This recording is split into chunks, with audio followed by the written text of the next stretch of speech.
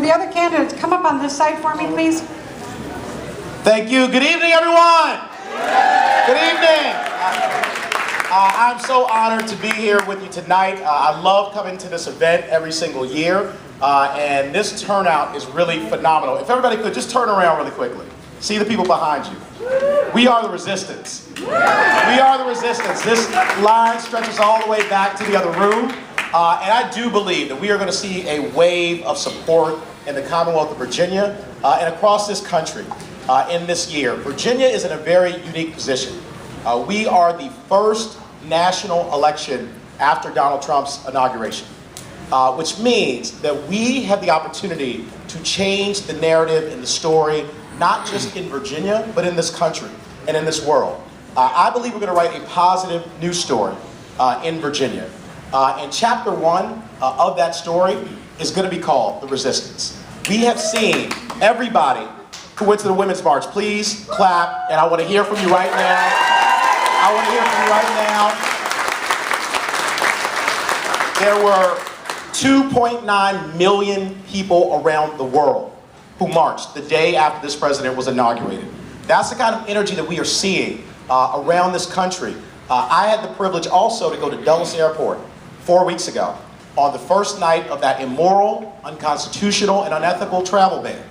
And it was one of the proudest moments I have ever had in my life and as an attorney, because when we went to Dulles Airport, we saw families who were being separated from one another, children from their parents, grandparents, and others. And there were dozens of other lawyers who showed up and hundreds of protesters. And I am so proud to say that every person who was unlawfully detained that night got to go home and be with their families. Every single person in Dulles Airport got to go home that night. And that is the kind of resistance that we are seeing and that we will continue to see grow. But chapter 2, and this is very important, because while we are against Donald Trump, we are also for a number of things. And I think chapter 2 is going to be called The Rising. Because this nation is rising up in a way that we have not seen probably since the 1960s. The spirit in this country, we have touched a nerve, and that rising is going to include our ability to make sure that everyone in this country can rise in their own lives, that they can have economic security and opportunity, that they can send their children to college affordably, that they can buy a home, start a small business, have their rights be protected. People don't believe that the American dream is alive for them. They don't believe that they can rise. They see their rights being stripped away from them. Women seeing their reproductive health care being taken away. People seeing their voting rights being stripped away. And we are going to fight to make sure everyone has the exact same opportunity to have that rise in their life. And the reason that I'm in this race for Lieutenant Governor, the reason we got in May of last year, more than a year before this election, which is 100 days from today, is because we are so passionate, so committed to making sure people get that rise. It's exactly the story that I have gotten to live in my own life. My mother is here tonight. I want to give her a round of applause. She is back here.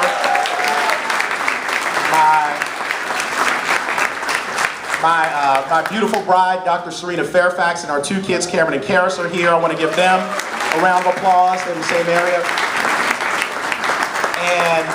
And I'll conclude with this, because the journey that we have gotten to take in this country has been nothing short of amazing. My incredible mother moved us to Washington, D.C. in the mid-1980s to move in with my late maternal grandparents. After a divorce, she had to take her 4 kids and find a place where she could rise, where she could have a comeback, a safety net. And that was with my grandparents, who took us in. Their hearts were enormous. My grandfather was a postal worker for 45 years in Washington, D.C., walked to work every single day, a union man. My grandmother was a nurse at Freedman's Hospital, Howard University Hospital. And they took us in at one of the darkest and toughest moments of our life. But because they did that, because the village around us came and gave us opportunity and security, my incredible mother, who's a pharmacist who I love to life, put all 4 of her children through college and 2 of us through law school. That was the rise that we got to have in our own lives because of what she did and what you all did. And so we want that for everyone. And I promise you, we will fight every single day. I have driven 25,000 miles around the Commonwealth of Virginia in the last 10 months. We've been honored to have the support of so many incredible elected officials, over 100 around the state, Delegate Simon, Delegate Krizek, Senator Survell, and so many others. But I am so passionate to make sure that we repay the spiritual debt that we have in life. People who did those things for us, that made that journey possible, that made that rise possible, did it because they gave us spiritual wealth. We didn't have a lot of money, but we had faith and hope and optimism and a high quality education. And we want that for absolutely everybody in the Commonwealth of Virginia. And I promise you, when we do that, we are going to win this election on June the 13th. I will be honored to have your support. We're also going to win the election in November. And when we do that, Virginia will be the match that sparks the wildfire of progressive change all across this country and across this world. So God bless you. Thank you so much. The honor of your support. Thank you. Thank you.